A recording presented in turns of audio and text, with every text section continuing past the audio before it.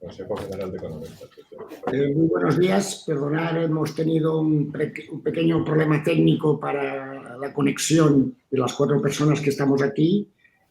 En estos momentos tenemos registradas a unas 400 personas y a medios de comunicación, y hoy me corresponde presentar a una persona que le tengo una especial referencia y amistad, que cuando hablamos de reformas estructurales, que en el fondo es retos que debe afrontar nuestro país para seguir creciendo y ser un país de referencia y ser un país digno de vivir, a veces nos olvidamos de la importancia que tienen, la importancia del tema financiero, ¿no? Y sabemos que uno de los factores esenciales de tener un sistema financiero que se pueda utilizar y que sea útil de verdad es el tema del mercado de valores, ¿no? El Mercado Nacional del Mercado de Valores. Hoy tenemos al presidente de la Comisión Nacional del Mercado de Valores, ¿no?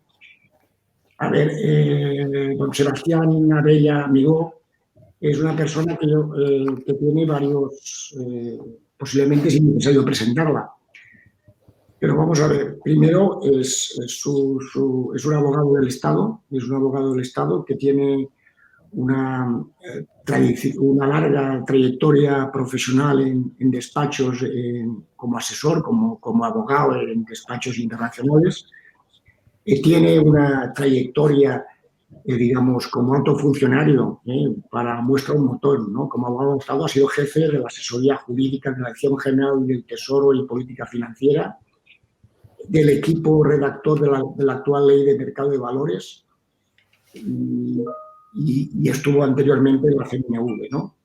A nivel internacional, posiblemente hoy en día de las actividades económicas más internacionalizadas es el mundo financiero, pues él es nada más y nada menos que presidente del Comité Permanente de la ESMA, para la protección al inversor y a los intermediarios, ¿no?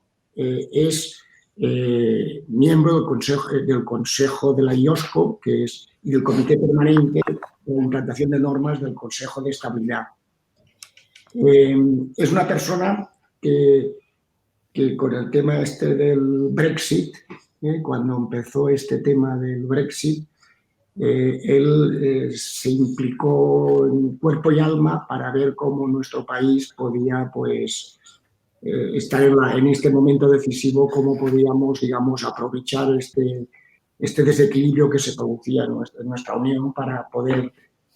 Y además es una persona totalmente entregada, o sea, a mí me sorprende siempre su entrega total, desinteresada, no hay horas, es una persona súper abierta a cualquier idea que sea positiva para hacer que el mercado de valores cada vez sea más moderno, más útil y nada más. Sebastián, yo no sé si te he presentado bien, pero presidente, pues lo he intentado, ¿no? Tienes la palabra. Pues muchas gracias, Valentín. Bueno, para mí también es un placer estar aquí con vosotros. Hemos tenido diversos contactos en estos años. Recuerdo aquella asamblea a la que asistí en Palma de Mallorca, después una reunión que tuve con el Colegio de Economistas de Barcelona no hace mucho, y como dice Valentín, pues siempre hemos mantenido una relación extraordinariamente fluida y hemos sido muy receptivos a vuestras opiniones, a vuestras sugerencias, a vuestras propuestas, y para nosotros sois, digamos, una corporación muy relevante, ¿no? Bueno, yo había pensado hoy dedicar unos minutos inicialmente pues a contaros cómo estamos viviendo desde la CNMV esta situación tan especial que se ha originado como consecuencia del COVID-19. No me refiero a algo que ha sido bastante común, que por supuesto hemos tenido que cambiar nuestros hábitos de trabajo, hemos estado teletrabajando la organización íntegramente durante estos últimos 2 meses y medio, y nos hemos tenido que adaptar en cuanto a nuestra vida interna. Pero eso les ha pasado a muchas empresas y a muchas organizaciones. Compartimos, desde luego, esa impresión positiva acerca de este cambio en los hábitos de trabajo y tenemos esa sensación de que en el futuro pues la importancia del teletrabajo en nuestra organización va a ser mucho mayor. Pero yo quería referirme a cómo hemos visto el mercado y a qué actuaciones especiales hemos hecho durante esta fase de la crisis del COVID-19, ¿no? Recordaréis que todo empezó a finales de febrero y, por supuesto, se acentuó los primeros días de marzo con fortísimas bajadas en los mercados, con pérdidas de nivel de liquidez en el mercado de deuda. Y, bueno, pues desde entonces pues hemos prestado atención prioritaria pues, a todo lo relacionado con la situación, ¿no? Nosotros tenemos dos grandes direcciones generales, la Dirección General de Mercados y la Dirección General de Entidades. La Dirección General de Mercados es la competente en todo lo relacionado con el seguimiento de los mercados, pero también en cuanto a la aprobación de emisiones de valores, las salidas a bolsa, el seguimiento de las OPAs, todas las obligaciones de reporting que hay en relación con las transacciones que se hacen en los mercados, etcétera. La supervisión de las infraestructuras de los mercados, es decir, de las diversas áreas en España pertenecientes a BME, los mercados regulados, el sistema multilateral de negociación que tenemos, el MAB, la Cámara de Contrapartida Central, el Depositario Central de Valores, Iberclear, etcétera, ¿no? Bueno, pues esa dirección general ha estado especialmente, digamos, volcada en el seguimiento de la crisis y en la adopción de medidas relacionadas con ella, ¿no?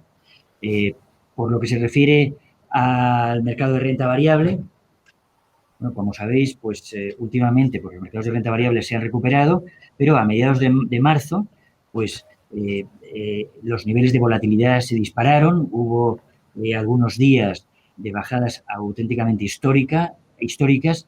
Recuerdo la bajada que se produjo el día, creo que fue 12 de marzo, en el momento en el que el IBEX en un solo día descendió un 14%, el descenso mayor desde que el IBEX existe.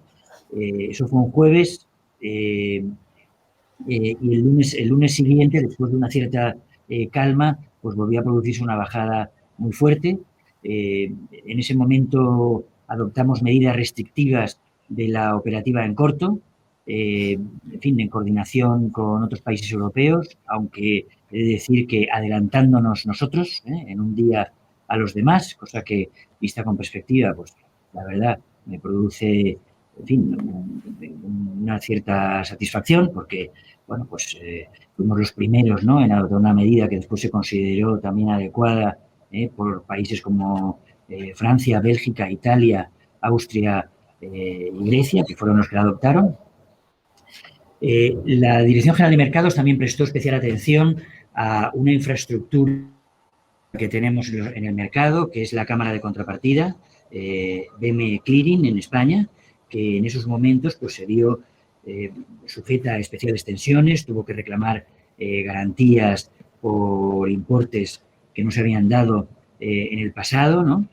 Y la verdad es que ese seguimiento pues lo que nos permitió es comprobar que todo funcionó con normalidad y que esas tensiones fueron adecuadamente resueltas, ¿no? Una de las conclusiones que no solo nosotros, la Comisión Nacional del Mercado de Valores, sino los demás reguladores europeos e internacionales, diría yo, hemos extraído de esta crisis, de esta situación de extremo estrés, ¿no?, que vivimos sobre todo a primeros de marzo, es que las reformas que se hicieron a raíz de la crisis financiera, de 2008-2009, pues han funcionado. Hemos tenido más información para el seguimiento de los mercados, hubo medidas, por ejemplo, que intensificaron el reporting a los reguladores de las operaciones, en particular en áreas como las transacciones en derivados. También se sujetó a compensación en cámara una buena parte de las operaciones en el mercado de derivados. Las cámaras han funcionado bien y, la verdad, otros muchos aspectos de las nuevas regulaciones también nos han permitido hacer un seguimiento más estrecho y han establecido mecanismos que han generado que la crisis, desde el punto de vista financiero, se haya soportado mejor, ¿no? Nosotros publicamos periódicamente un indicador de estrés, lo hacemos desde hace ya varios años, además en un momento dado reconstruimos la serie histórica hacia atrás y tenemos datos desde antes de la crisis de 2008-2009 y en esta situación que se ha planteado en esta ocasión, los niveles de estrés han subido mucho, pero se han situado aún relativamente lejos de los que se alcanzaron en el año 2009 y en el año 2012. Para que os hagáis una idea, pues el nivel de estrés alto empieza aproximadamente, de acuerdo con los parámetros del indicador, en 0,40. Ahora hemos llegado a algo más de 0,60 y en aquellos momentos estuvimos cerca de 0,80. Algo parecido, pues hay que decir, de las volatilidades en los mercados de renta variable. Han sido muy altas, ya se han normalizado, pero tampoco han alcanzado los niveles que se alcanzaron en 2008-2009, ¿no? Otro aspecto que hemos seguido con especial interés ha sido el funcionamiento de la liquidación bursátil, que se ha visto afectado por dos factores. Por un lado, por el incremento enorme que hubo de los volúmenes de negociación en marzo, que después, bueno, pues también se ha normalizado, incluso los niveles de negociación, por ejemplo, en el mercado de renta variable, pues en el mes de abril fueron especialmente bajos, ahora se han recuperado, a partir de mayo, pues a finales de mayo, pues se han recuperado bastante, pero digamos, en lo que se refiere a los procesos de liquidación, hubo un momento en el que hubo muchos más fallos, es decir, muchos más retrasos en la entrega de valores de los habituales. Digo muchos más, quizás estoy exagerando un poco, digamos que si hay un porcentaje de fallos habitualmente del 5%, pues se doblaron, ¿no?, con respecto a lo habitual durante algunas fechas, ¿no? La verdad es que en ningún caso hubo problemas porque, bueno, se trató de simples retrasos que fueron, digamos, resueltos en 1 o 2 días. Probablemente se debieron tanto al incremento de los volúmenes de negociación y al incremento, digamos, del estrés de los mercados en general, y también al hecho de que muchas entidades participantes en los procesos de liquidación estaban teletrabajando y eso, pues, quieras que no, pues implica en algunos casos algunas limitaciones de tipo operativo, ¿no? Bueno, y luego la otra gran dirección general que tenemos es la Dirección General de Entidades, que es la dirección general que supervisa las actividades de las entidades financieras en el mercado de valores, tanto de los bancos como de las empresas de servicios de inversión y también de otras empresas que son profesionales del mercado de valores, como las sociedades gestoras de instituciones de inversión colectiva o las sociedades gestoras de entidades de inversión cerrada o de capital riesgo, ¿no? Además de las plataformas de financiación participativa, ¿no? La Dirección General de Entidades también reforzó su actividad durante, sobre todo, el primer mes y medio de la crisis, estableció mecanismos de seguimiento estrecho, sobre todo de determinadas gestoras de instituciones de inversión colectiva, aquellas que estaban más invertidas en activos menos líquidos, que fueron, digamos, monitorizadas por 9 equipos que constituimos y que se repartieron a esas aproximadamente 50 gestoras. Tenemos unas 120 o así, ¿no? Nosotros la verdad es que en esto tenemos una posición algo más avanzada que lo que es la media de nuestros pares, porque desde los años 90, pues el régimen de reporting al que están sujetas las sociedades gestoras de instituciones de inversión colectiva, las sociedades gestoras de fondos, es bastante riguroso comparado con el de otros países. Mensualmente recibimos información detallada incluso sobre la composición de las carteras, la recibimos además en formatos que nos permiten un tratamiento muy ágil y eso hace que podamos realizar, pues, análisis del grado de liquidez de las carteras, identificar qué fondos están invertidos en valores menos líquidos, teniendo en cuenta, pues, si hay precios o no, por ejemplo, de los valores de renta fija en el mercado y con qué frecuencia, teniendo en cuenta cuántos días serían necesarios para deshacer las posiciones que tienen sobre determinados valores de renta variable los fondos, cada fondo, en función de cuáles son los volúmenes de negociación de cada valor en el mercado, etcétera. Y con esa información, pues como digo, identificamos los fondos más invertidos en high yield, en bonos de alta rentabilidad, no investment grade, y también pues en valores de renta variable, pues de empresas con menos liquidez, y bueno, pues estamos encima de las gestoras para que bueno, sean prudentes, tengan en cuenta pues esas posibles dificultades que puede haber en el supuesto de que se produzcan en un momento dado acumulaciones de solicitudes de reembolso, etcétera. Y esa ha sido una de las principales preocupaciones que ha ocupado a la Dirección General de Entidades durante estos meses, ¿no? En el mes de marzo hubo reembolsos significativos, aunque apenas pasaron del 2%, los reembolsos en términos de reembolsos netos, o sea, los reembolsos, el patrimonio global de los fondos de inversión españoles ascendía en ese momento a unos 270.000 millones, sumando el patrimonio de las ICAPs, llegaba aproximadamente a unos 300.000, a los que habría que sumar, para hacernos una idea de la importancia de la industria de la inversión colectiva en España, aproximadamente unos 150.000 millones de fondos europeos que esencialmente luxemburgueses e irlandeses que están comercializados en España, ¿no?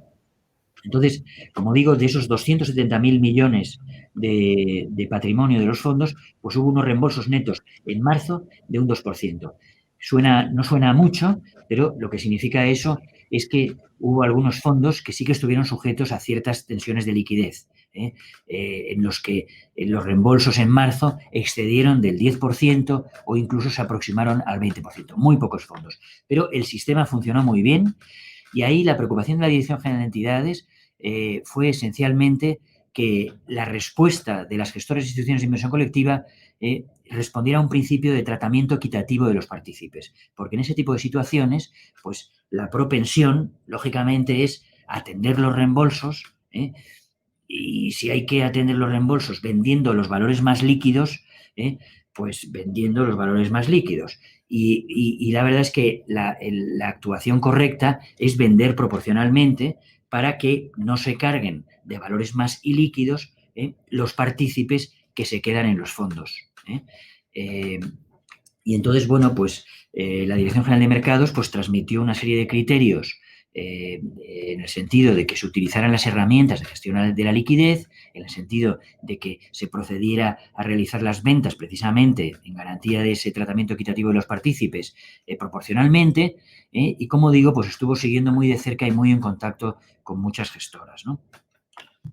La verdad es que nuestra preocupación ha sido seguir la evolución de los fondos, me refiero a los fondos, que como digo, pues no ha planteado problemas. En abril los reembolsos netos fueron irrelevantes, 200 millones frente a 260.000, y en mayo, pues creo recordar que los reembolsos netos fueron de 60 millones, pero con incremento del valor patrimonial conjunto total como consecuencia de las revalorizaciones, ¿no? Entonces, como decía, hemos tenido dos preocupaciones. Por un lado, seguir la situación e instar, digamos, a las gestoras a aplicar las normas correctamente con base en esos principios a los que he hecho referencia, y también a gestionar y a utilizar las herramientas de gestión de la liquidez adecuadamente, pero también hemos tratado en todo momento de no presionar desde el punto de vista de la supervisión. O sea, la prioridad en esta fase era que los gestores se dedicaran a gestionar adecuadamente y a resolver los problemas que se podían plantear, y en todos los requerimientos que hemos enviado añadíamos un párrafo al final diciendo, en el supuesto de que tengan ustedes alguna dificultad para remitirnos la información que estamos solicitando o alguna dificultad para cumplir lo que les indicamos en este requerimiento, por favor pónganse en contacto con fulanito de tal, de la Dirección General de Entidades, dando la impresión de que estábamos dispuestos pues, a dar plazo, a flexibilizar nuestra actuación, etcétera, ¿no? Y la verdad es que he de decir que todo se ha normalizado bastante, ¿no? Desde la fase crítica que fue la segunda quincena de marzo, ¿no? Y últimamente, pues como han visto, pues ha habido un repunte de las cotizaciones, una bajada de la volatilidad significativa, y los mercados pues están en una situación de vuelta a la normalidad, aunque todos los supervisores seguimos pues con las luces ámbar encendidas, por lo que pueda pasar, porque la verdad es que bueno, hemos tenido, digamos, turbulencias en los mercados. Afortunadamente, las actuaciones del BCE y los sistemas han funcionado y todo se ha desarrollado con normalidad, pero bueno, pues estamos en una situación de recesión y bueno, después de las crisis, la crisis de nerviosismo, pues lógicamente pueden venir problemas de solvencia y eso pues verse reflejado en la situación de los mercados. De todas maneras, en fin, yo soy un optimista innato, ¿no? Creo que lo peor ha pasado en general y que bueno, que desde el punto de vista de los mercados, pues la situación pues se va a consolidar en términos positivos y razonables, ¿no? Quería hacer, por último, una referencia, hablando de nuestra actividad en relación con la crisis del COVID-19, a la intensa actividad de cooperación internacional que ha habido en esta fase. Como saben ustedes, nosotros somos miembros de ESMA, de la Autoridad de Valores y Mercados Europea. La Autoridad de Valores y Mercados Europea somos las comisiones de valores de los 27 países europeos. Como ha dicho Valentín, pues yo presido un comité relevante, el Comité de Protección de Inversores Intermediarios. La vicepresidenta de la CNMV, Ana Martínez Pina, preside otro comité muy importante, el Comité de Información Financiera, el que trata de la información que las sociedades cotizadas hacen pública y que es la base del mercado. Estamos muy activos en ESMA, yo soy miembro también del Comité Ejecutivo. Y la actividad de ESMA durante estas fechas ha sido enorme. O sea, normalmente ESMA tiene una reunión del board, el board de supervisors, así le llamamos, una vez cada mes y medio aproximadamente.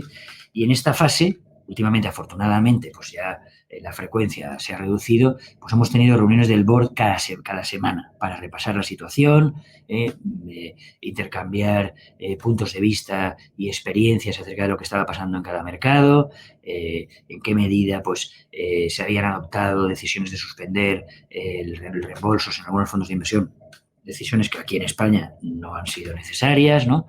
En qué medida las agencias de rating que están bajo la supervisión directa de la Autoridad Europea, de ESMA, bueno, estaban rebajando ratings o poniendo en vigilancia a compañías, a emisores, y eso podía tener un cierto efecto procíclico, desencadenador de ventas, ¿no? Que ha sido una de las preocupaciones también que hemos tenido en esta fase. El tema de las cámaras de contrapartida central, si estaba habiendo problemas o no en unos países u otros, el problema de los fallos en la liquidación al que me he referido, el asunto de las ventas en corto. ESMA adoptó también una medida que fue rebajar el umbral de comunicación al 0,10% del capital. Hay una obligación de quienes entran en una posición corta que exceda del 0,10% del capital en estos momentos, de comunicarla a los supervisores. Nosotros tenemos información diaria sobre el nivel de posiciones cortas en el mercado y sobre cada valor, ¿no? Y como digo, pues a nivel de ESMA hemos tenido muchísima relación en cuanto a la crisis y ha sido, pues la verdad, pues muy enriquecedor y muy satisfactorio desde el punto de vista, bueno, europeo, ¿no? En fin, el sentimiento europeísta que afortunadamente pues está muy vivo y muy desarrollado en nuestro país, ¿no? Nosotros en ESMA la verdad es que somos vistos como una de las comisiones de valores más importantes, claramente como uno de los 4 grandes, ahora que se han ido los británicos, ¿no?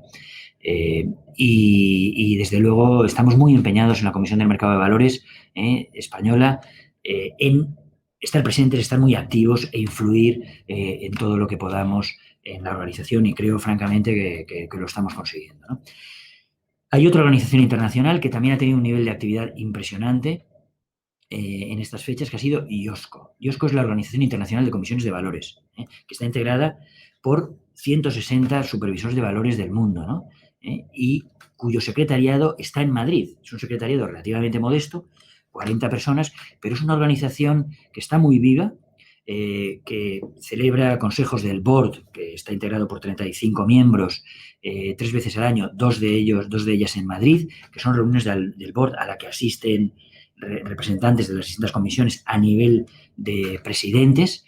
Por ejemplo, asiste siempre a estas reuniones el presidente de la SEC, de la Comisión de Valores Americana, pero también el presidente de la Comisión Japonesa, el CEO de Hong Kong, en fin, por supuesto los europeos, etcétera, ¿no? Y es una organización que ha cobrado fuerza últimamente, es uno de los estándar setters internacionales, o sea, que establece, digamos, los estándares que sirven un poco como de inspiración a la regulación en las distintas regiones del mundo, por supuesto, también en Europa.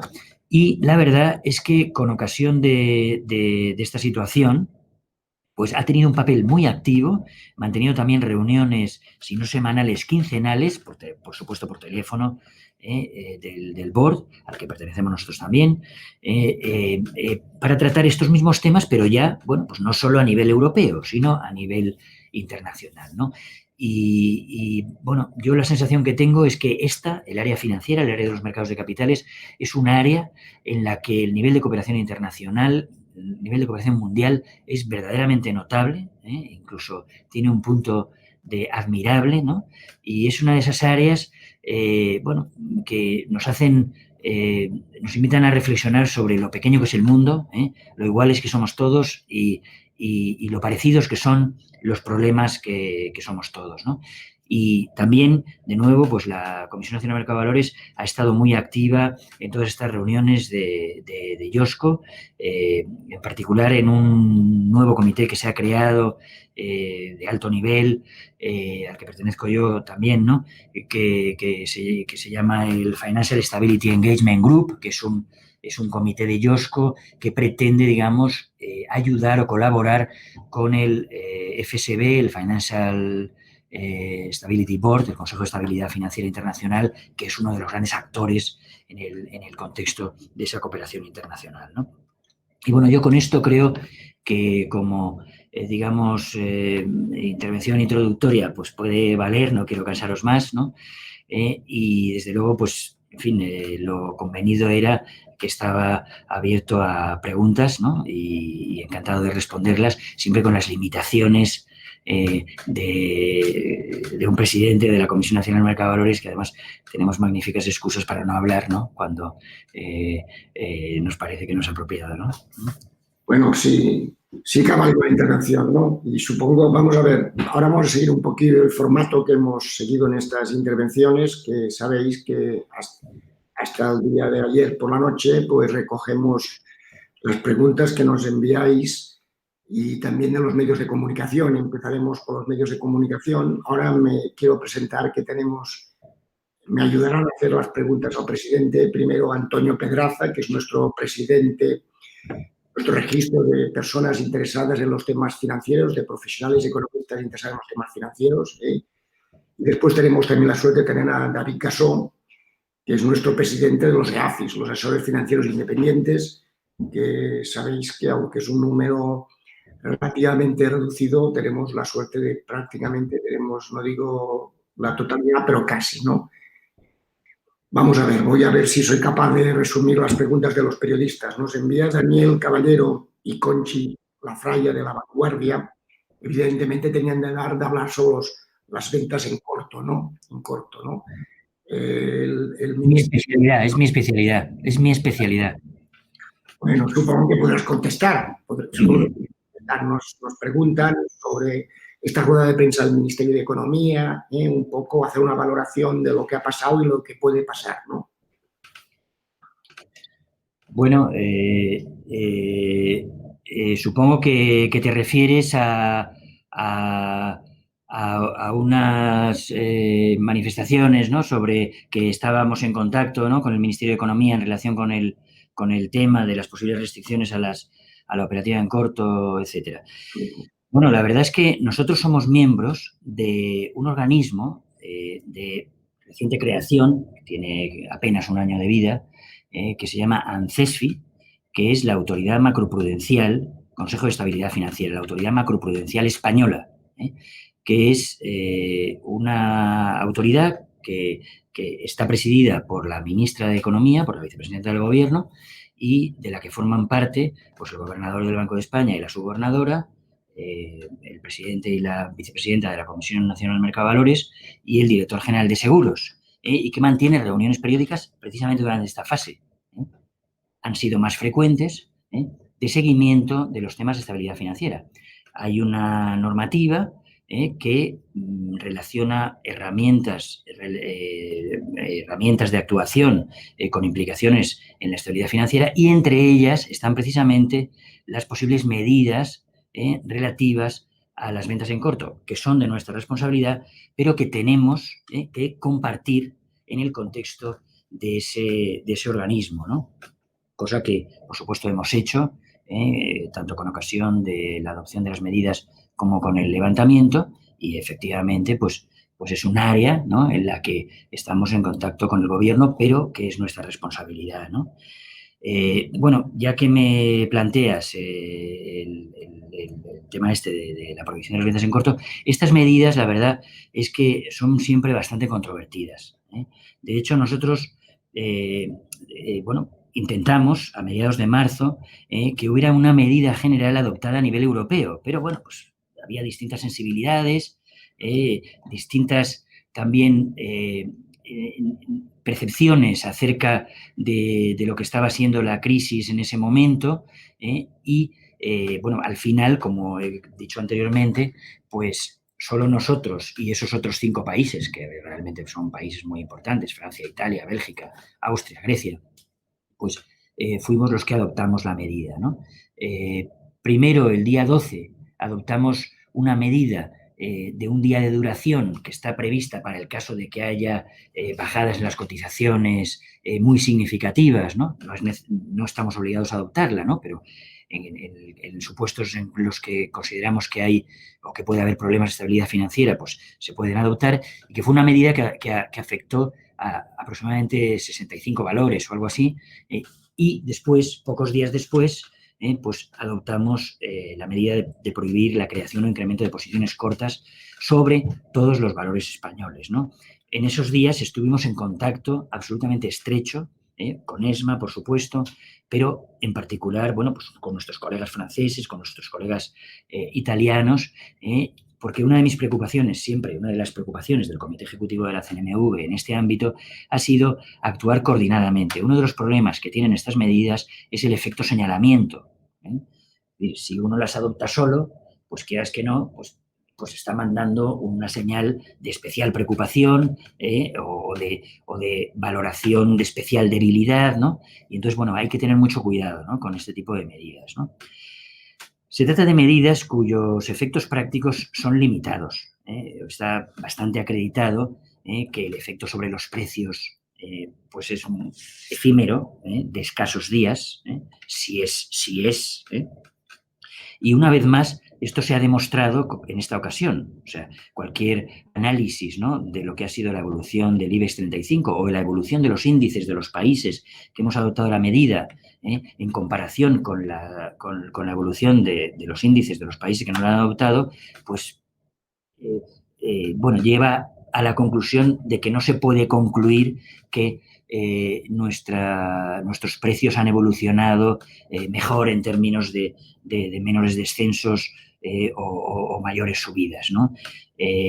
Lo que sí también parece claro es que son medidas que tienen un cierto efecto negativo en cuanto a los volúmenes de negociación, en cuanto a los spreads, en cuanto a las horquillas de precios, lo cual supone al final costes de transacción. Cuanto más amplias son las horquillas, más se dejan los inversores al comprar o vender, ¿no? Y también, digamos, generan, pues, yo está íntimamente ligado con lo que acabo de decir, pues una reducción de la liquidez, ¿no? Entonces son medidas que yo creo que hay ocasiones en las que hay que adoptarlas.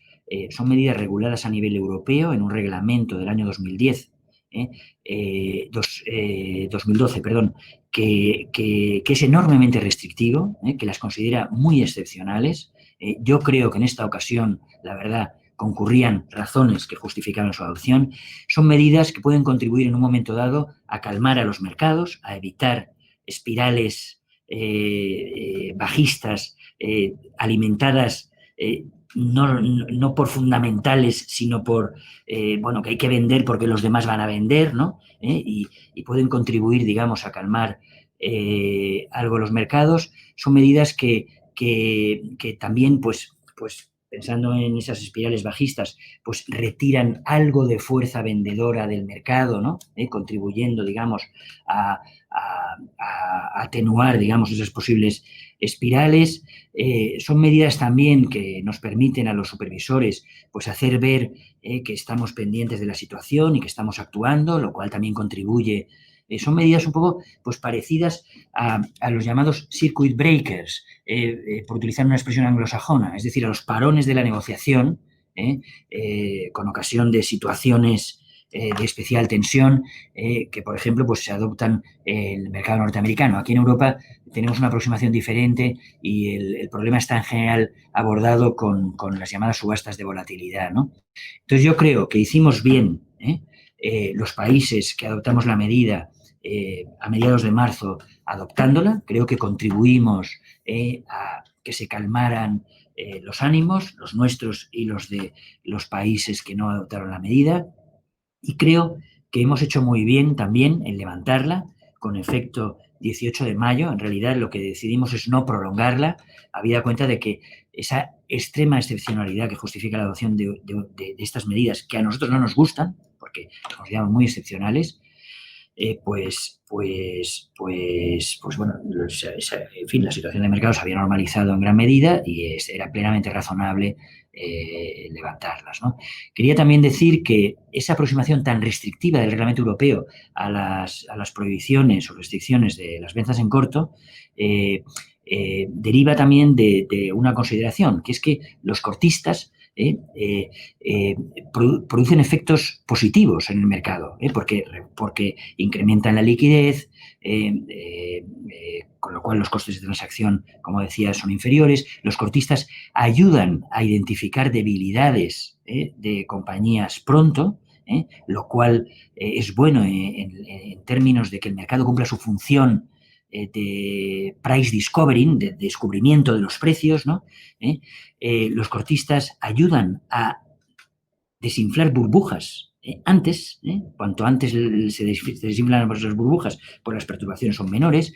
Y el hecho de que la operativa en corto esté permitida, pues también permite estrategias de negociación que contribuyen en general al buen funcionamiento del mercado, ¿no? De todas maneras, bueno, seguimos estando en una situación pues especial y desde luego seguimos prestando muchísima atención a la evolución de los cortos, ¿no? Y bueno, yo espero que no tengamos que adoptar esta medida nunca más, ni siquiera en esta fase, pero bueno, es una herramienta que está ahí para situaciones excepcionales. Presidente, estoy sufriendo porque tenemos muchas preguntas. Me he alargado quizás demasiado. Una persona tan implicada en los temas que Voy a ser breve, Valentín. No, al contrario, que ha sido muy interesante. Alberto Orquín, de Vox Populi, nos pregunta sobre su mandato, la conveniencia de alargar los mandatos de las presidencias 6 años, un poco cómo lo ve todo este tema de su renovación y, no sé, está... Bueno, pues sobre mi renovación, la verdad que preferiría no hacer ningún comentario.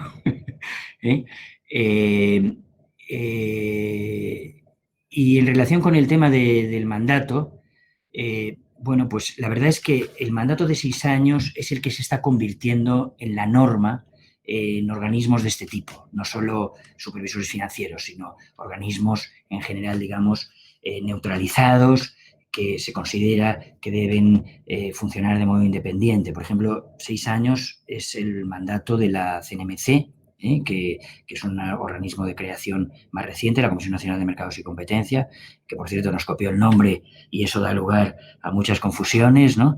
En fin, eso fue un error, la verdad. Pero la verdad es que hay ejemplos para todos los gustos. En nuestro sistema es 4 años renovables por otros 4. La verdad es que 4 años es un mandato relativamente corto, pero, por ejemplo, el mandato del presidente de la Autoridad Europea es 5 años renovables por otros 5, ¿no? O sea que cada maestrillo tiene su librillo. Yo creo que los 6 años de mandato fijo es una solución que se está imponiendo poco a poco y que me parece razonable, ¿no? Bueno, yo voy a hacer la última pregunta de Ángel Alonso antes de pedirle a nuestro presidente Antonio Pedraza que siga las preguntas. Hay 2 preguntas concretas. ¿Se va a establecer algún criterio único de valoración para la aplicación del swing pricing en los fondos españoles?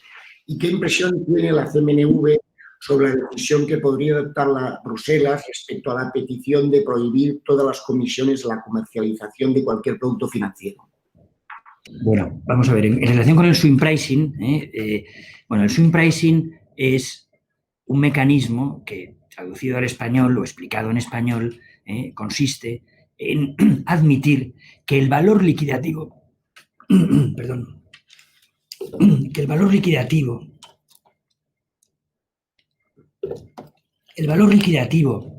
de los fondos de inversión, que es el que se utiliza a efectos de suscripciones y reembolsos, puede haberse modulado para incorporar el coste que generan los reembolsos y las suscripciones cuando los reembolsos y las suscripciones son significativos en términos netos y por lo tanto pues generan costes directamente relacionados con la actuación dirigida a reembolsar o a suscribir, ¿no?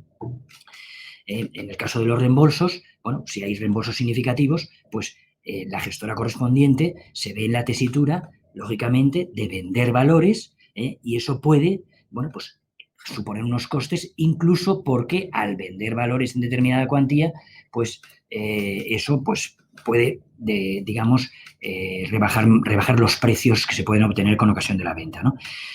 Entonces, el mecanismo de swing pricing es un mecanismo que persigue, de nuevo, la equidad entre los partícipes. Es decir, que no soporten esos costes los partícipes que se quedan, en el caso de los reembolsos, o los partícipes que ya estaban en el fondo, en el caso de las suscripciones, sino que los soporten principalmente los partícipes que se van o los partícipes que están entrando, ¿no? Entonces, nosotros hemos animado a las gestoras a utilizar estos mecanismos de swing pricing porque estamos preocupados por el tratamiento equitativo de los inversores.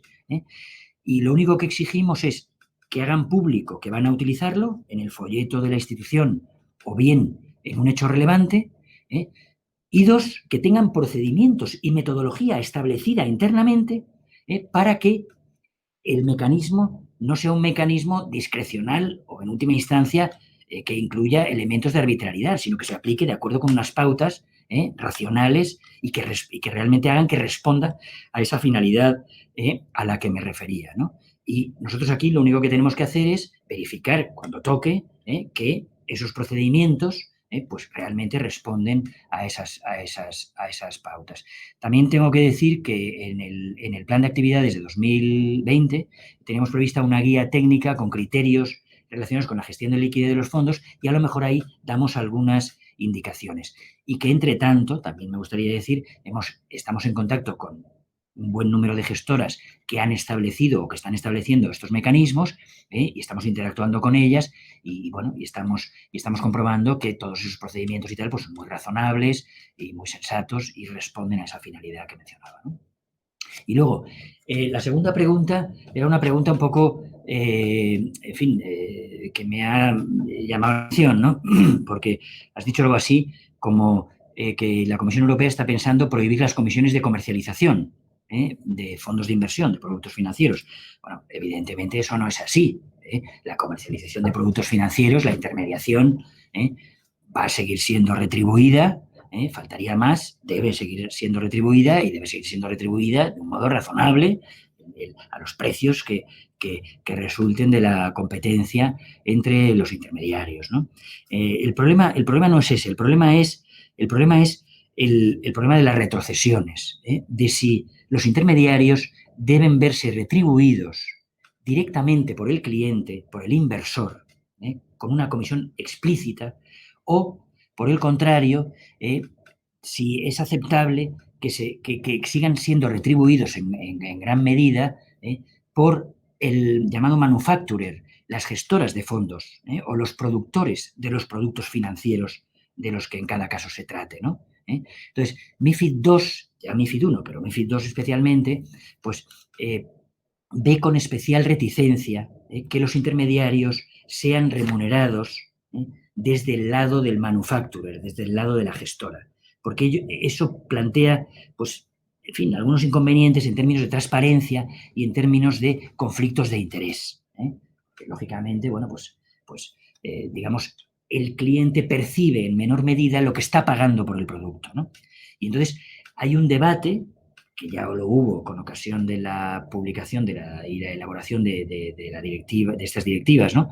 Y ahora, cuando está habiendo trabajos de revisión acerca de si hay que mantener las cosas como están o habría que ir a un sistema de prohibición de esa remuneración, de esas retrocesiones pagadas por el manufacturer, etcétera, ¿no? Y la verdad es un debate muy interesante. Nosotros creemos que debe haberlo. Hay 2 países en Europa que optaron, porque la directiva lo permitía, por prohibir las retrocesiones, que fueron el Reino Unido y Holanda. El tema tiene sus pros y sus cons. Los demás hemos seguido aceptando las retrocesiones, con algunas normas que han sido especialmente rigurosas. Os sonará a muchos el cuarto supuesto, ¿no? Nosotros hemos sido exigentes en el sentido de que para que pueda haber retrocesiones, pues es necesario que haya unas mejoras del servicio muy sustanciales y muy palpables, ¿no? Lo que creo que está contribuyendo a que haya más asesoramiento y más ofrecimiento de productos de terceros en este momento en el mercado español. Y para nosotros hay un punto en todo este debate que es muy relevante, que es que si se fuera a un régimen más restrictivo, incluso a un régimen prohibitivo, además de que debería ser a nivel global europeo, debería aplicarse en las diversas áreas de comercialización de productos financieros y también en el área de comercialización de los llamados productos de seguro e inversión, como los Unit Link. Lo que no puede ser es que en el ámbito de la comercialización propiamente dicha de productos financieros, pues haya una normativa pues extraordinariamente exigente y en términos de transparencia y de gestión de los conflictos de interés, y que haya áreas en los que sea posible comercializar productos en términos pues regulatoriamente pues diferentes y menos rigurosos, ¿no? Pero Antonio, por favor. En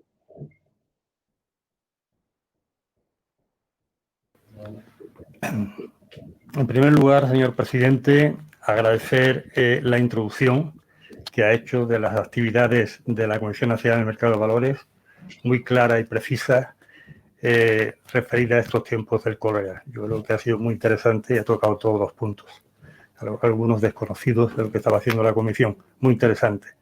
La primera pregunta: está a punto de conocerse el resultado de la OPA de SIP sobre BME, Bolsa y Mercados Españoles. ¿Cómo cree que influirá esta situación en la evolución de los mercados españoles? Bueno, efectivamente está a punto de conocerse.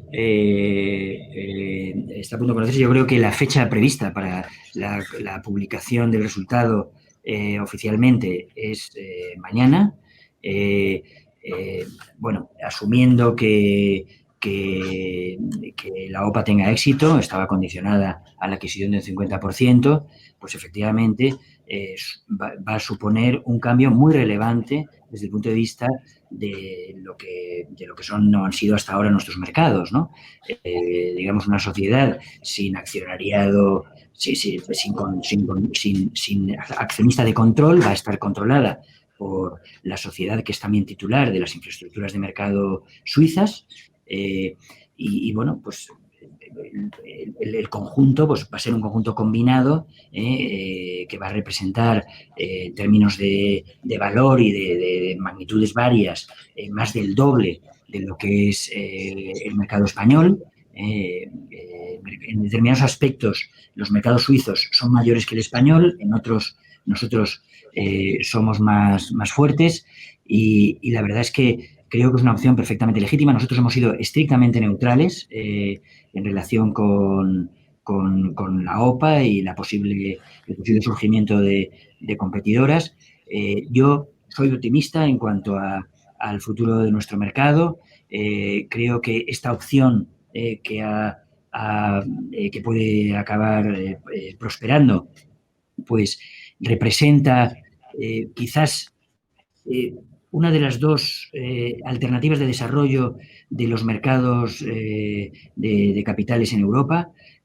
Una es una aproximación muy centralizada y otra es una aproximación más descentralizada. Yo creo que en la medida en que esa combinación pues, puede reforzar la potencia de los mercados españoles como mercados, digamos, con masa crítica en Europa frente a los mercados centrales, pues está alineada con probablemente esa aproximación menos centralista. Había otras opciones que quizás pues hubieran sido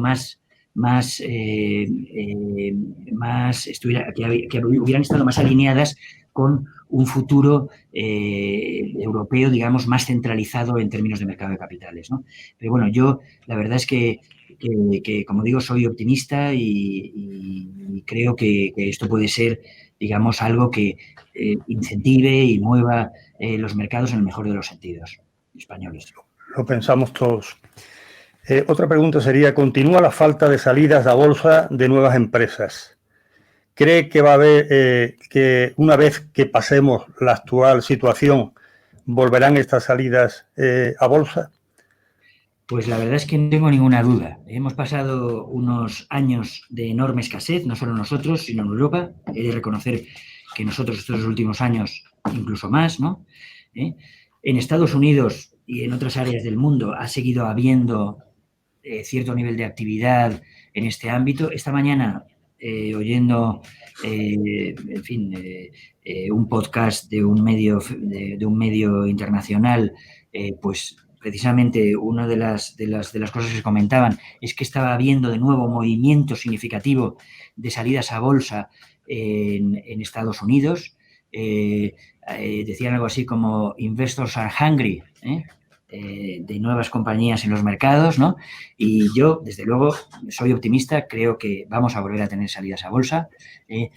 Uno de los factores que han influido últimamente ha sido el extraordinario desarrollo del private equity, del capital riesgo, que se ha convertido en un competidor, pero cada uno tiene su lugar, las salidas a bolsa tienen su lugar, el private equity también, y desde luego creo que es muy importante, que sería muy importante para España que hubiera más compañías cotizando.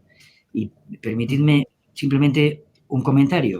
Vivimos unos tiempos en los que los volúmenes de la inversión institucional internacionalmente, mundialmente, son enormes, más que nunca en la historia.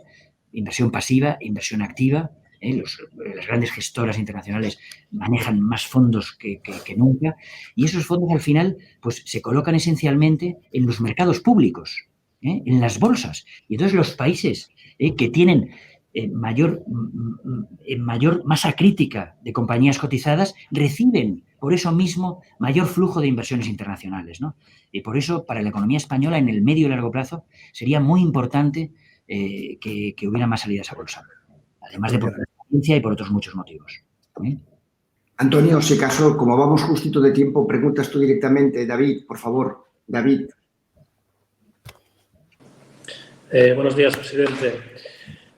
Yo, como vengo más en nombre de las empresas de asesoramiento financiero, voy a plantearle unas cuestiones más relacionadas con nuestra actividad. Usted además conoce bien que está actualmente un proceso de revisión de la directiva MiFID II y en ese sentido yo quería trasladarle dos cuestiones que van en ese ámbito. Uno sería el hecho de que se pueda echar atrás el cobro separado del análisis en los fondos, lo que conocemos como unbundling. Y por otra parte, otra cuestión que tiene más que ver con algo que usted conoce muy bien, que es la protección al inversor. Y sería, en el caso de los clientes que reciben asesoramiento, toda esa cantidad de documentación que creemos que muchas veces ni leen ni entienden como deberían. ¿Sería posible reducir esa carga en el caso de los clientes asesorados, del mismo modo que sucede con los gestionados discrecionalmente, de modo que si han tenido asesoramiento y ese asesoramiento es idóneo, disminuya un poco esa carga para el cliente? Bueno, en relación con el tema del unbundling, es decir, las normas de MiFID que imponen que el análisis se cobre separadamente y no se cobre por los intermediarios financieros, por los brokers especialmente, junto o mezclado con los fees de intermediación, con los corretajes. Bueno, esa fue una de las innovaciones especialmente de MiFID II, que han producido pues, unos efectos que probablemente pues, no eran deseados, ¿no? La verdad es que nosotros hemos pensado mucho sobre este tema.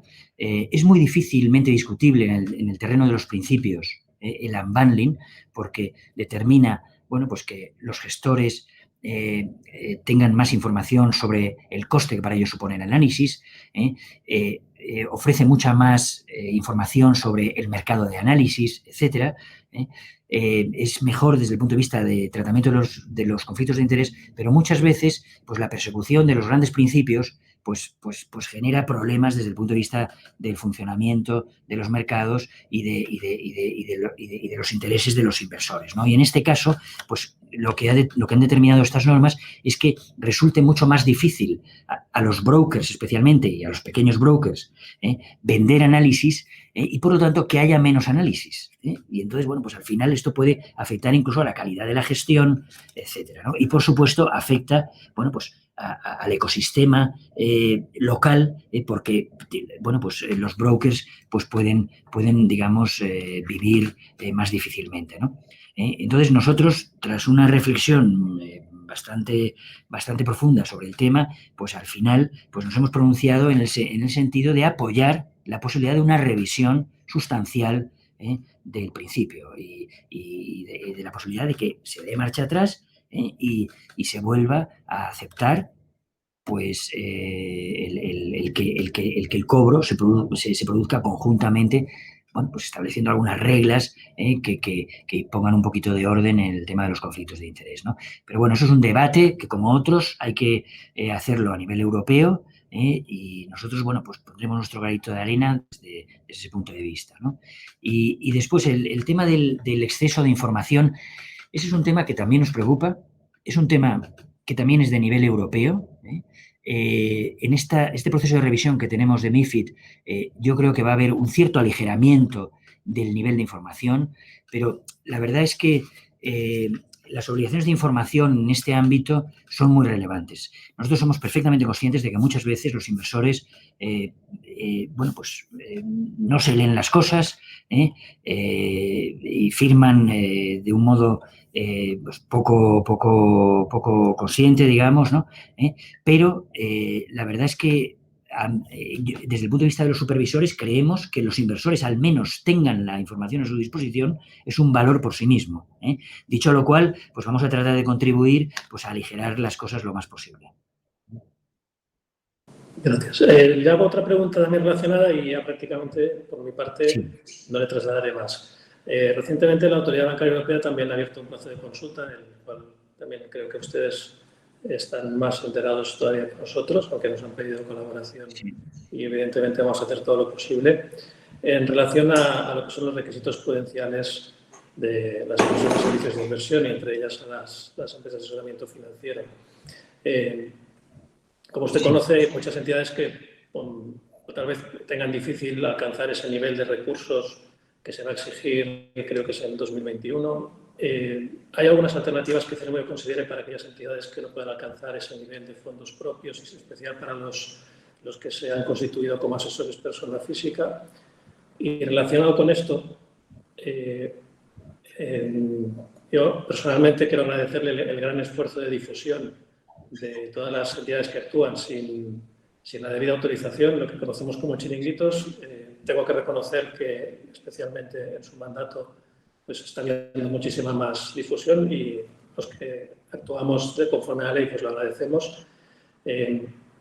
Si estos requisitos fueran algo más flexibles y el régimen sancionador se aplicase con toda contundencia, ¿cree usted que conseguiríamos reducir ese número de chiringuitos financieros? Bueno, yo aprovecho una vez más esta tribuna, ¿no? En esta ocasión esta tribuna para bueno, predicar en contra de las entidades sin licencia que realmente pues, son una gran perturbación. Nosotros efectivamente estamos muy activos, no solo publicando listados, ¿no?, de entidades que no tienen licencia y de entidades dudosas. La verdad es que nos hemos puesto a la cabeza de Europa en la identificación de chiringuitos financieros, expresión que ya ha quedado totalmente acuñada. La clave de ello, les confío el secreto, ha sido poner a 2 o 3 jóvenes entusiastas de la casa a bucear por Internet y ha dado unos resultados extraordinarios, ¿no? Y también hacemos otras cosas. Cuando hay chiringuitos, digamos, que nos causan especial mala impresión, pues estamos en contacto, hemos suscrito incluso 2 convenios con la policía y la Guardia Civil, porque muchas veces detrás de este tipo de fenómenos pues hay directamente fraudes, ¿no? Y desde luego, pues, como digo, pues esta es una área de preocupación.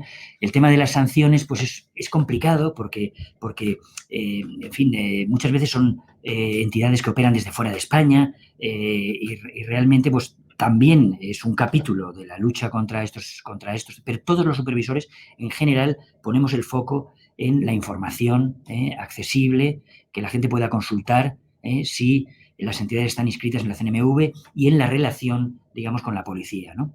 Luego, en cuanto al tema de los requisitos prudenciales, en el contexto, efectivamente, de la revisión de la revisión de normas aprobadas hace unos años, pues recientemente se han publicado una serie de directivas que precisamente discriminan en mayor medida entre los distintos tipos de empresas de servicios de inversión. Y el objetivo es aligerar precisamente la carga de las empresas de servicios de inversión de menor dimensión. No solo de lo que serían aquí en nuestro país las empresas de asesoramiento financiero, sino también pues, de las agencias de valores o de las sociedades de valores que tienen un nivel de actividad pues, de menos riesgo o menos complejo, ¿no? Y bueno, está pendiente la aplicación de esa normativa en España y desde luego vamos a ser muy sensibles a cualquier perturbación que pueda generar.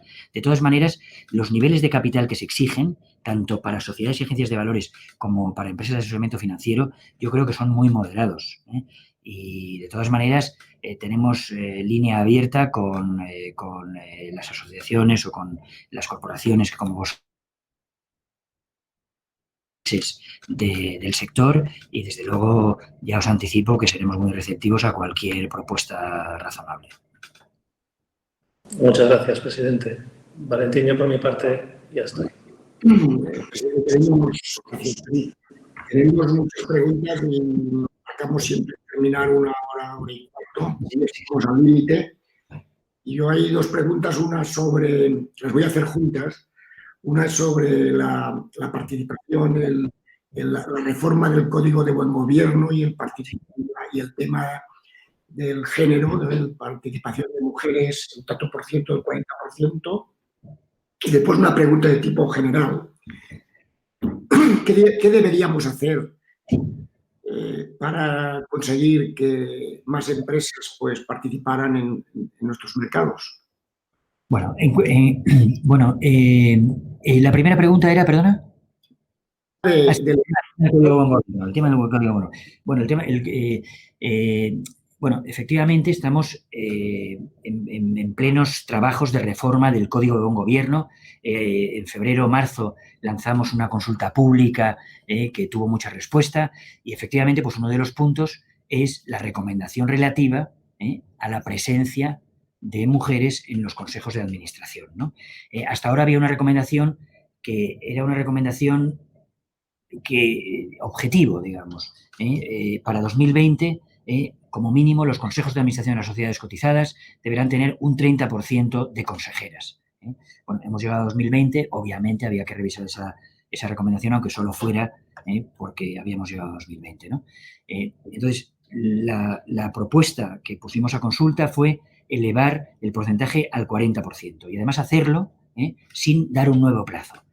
Durante la consulta hemos recibido muchas observaciones en el sentido de que deberíamos dar un plazo, porque si no, muchas empresas cotizadas que hubieran cumplido el 30%, que por cierto, como media, se va a cumplir ya este año, creemos, estarían en situación de incumplimiento. Se trata simplemente de recomendaciones que funcionan con arreglo al principio de cumplir o explicar, ¿no? Pero estarían en situación de incumplimiento desde el día 1 y, bueno, pues muchos consideran razonable que deberíamos dar un plazo. Es algo que estamos debatiendo internamente ahora en la comisión, pero la verdad es que se trata de un comentario que nos parece razonable. Una modificación más relevante quizás que esta, incluso que hemos propuesto y que ha suscitado general acuerdo, ha sido que las políticas dirigidas a promover la diversidad, en este caso de género, incluyan medidas de fomento de la presencia de mujeres en el nivel de la alta dirección, porque el nivel de la alta dirección al final es el vivero de los consejeros. Y realmente donde tenemos un problema, más que en los consejos de administración, es en el nivel directivo de las empresas. Un nivel en el que, en mi opinión, tampoco es adecuado establecer normas duras, digamos, ¿no? Sino recomendaciones y medidas de fomento, pero en el que hay que trabajar muy seriamente y nosotros hemos puesto, digamos, el foco en ese punto, ¿no? Y la segunda pregunta... Fundamentalmente, si pudiera, ¿qué medidas concretas, fiscales, administrativas? Yo creo que tenemos que predicar sobre las bondades y las ventajas de salir a bolsa, que son muchas, no tenemos tiempo, pero os aseguro que son más de 10 y todas tienen bastante enjundia.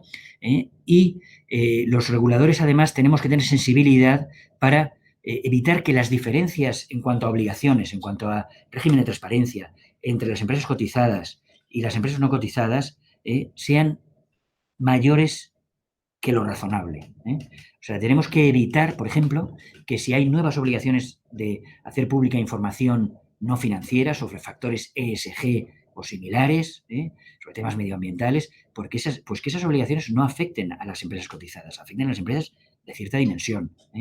Y así sucesivamente.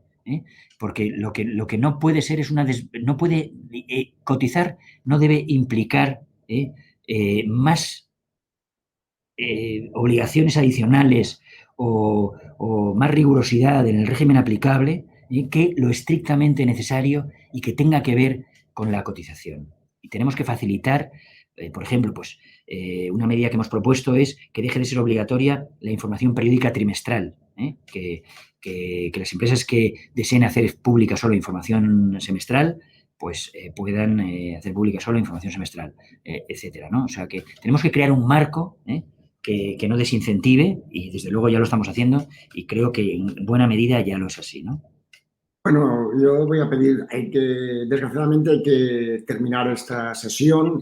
Primero quisiera disculpar a muchas de las personas, a colegas que estáis escuchando, que nos habéis enviado preguntas, pero nos hemos marcado y nos hemos comprometido con el presidente de hacer las cosas 1h15, ¿no? Yo creo que ha quedado que tenemos delante de nosotros a un predicador muy implicado, entusiasta con lo que decíamos, ¿no? Posiblemente cuando hablamos, vuelvo a repetir al principio, cuando hablamos de reformas estructurales hay que concretar, ¿no? Y las reformas estructurales es mejor hacer cada cosa de la que hacemos, ¿no? Y una cosa que tenemos que hacer, y el argumento que ha dicho el presidente de que en estos momentos que hay una liquidez internacional inmensa, pues el tener mercados grandes, potentes, transparentes, con gestión eficiente, muy internacionalizados, es una manera de recoger, ¿no? El Consejo está muy implicado en 3 temas, ¿no? Una es ayudar a la CNMV, al Banco de España, a todos los organismos públicos en el tema de la información financiera, una parte de nuestro trabajo diario. Nosotros somos de acción más que de publicidad, somos de acción. La otra es, a través de los EAFIS, intentar que, y con otros operadores, sectores bancarios, intentar que el asesoramiento financiero sea lo más profesional, lo más implicado, lo más responsable. Esto, pues, aquí tenemos un aliado con el presidente. Y la otra es poner en valor la importancia de los mercados financieros, ¿no? Mañana tenemos, aprovecho para hacer un poco de publicidad, mañana tenemos la suerte de tener otra vez al ministro de la Seguridad Social para hablar del ingreso mínimo vital, que es un tema apasionante, que nos va a acompañar los próximos años. Y el día 1 de julio, si Dios quiere, tendremos al gobernador, que también es otra figura. Don Sebastián, muchas gracias, de verdad. Yo he repetido que con usted o contigo, siempre que hemos planteado algún tema, aunque pudiera ser un poco novedoso, siempre es muy receptivo y una persona práctica, ¿no? Cualquier tema que sea razonable se escucha y se dice que sí si es conveniente y se dice que no si no es conveniente. Y esto es una manera de ser que yo se lo agradezco profundamente, ¿no? Muchísimas gracias en nombre de Antonio, de David y del Consejo. Muchísimas gracias a los colegas que estáis detrás de las pantallas, ¿no? Muchas gracias. Muchas gracias. Muy amable. Gracias.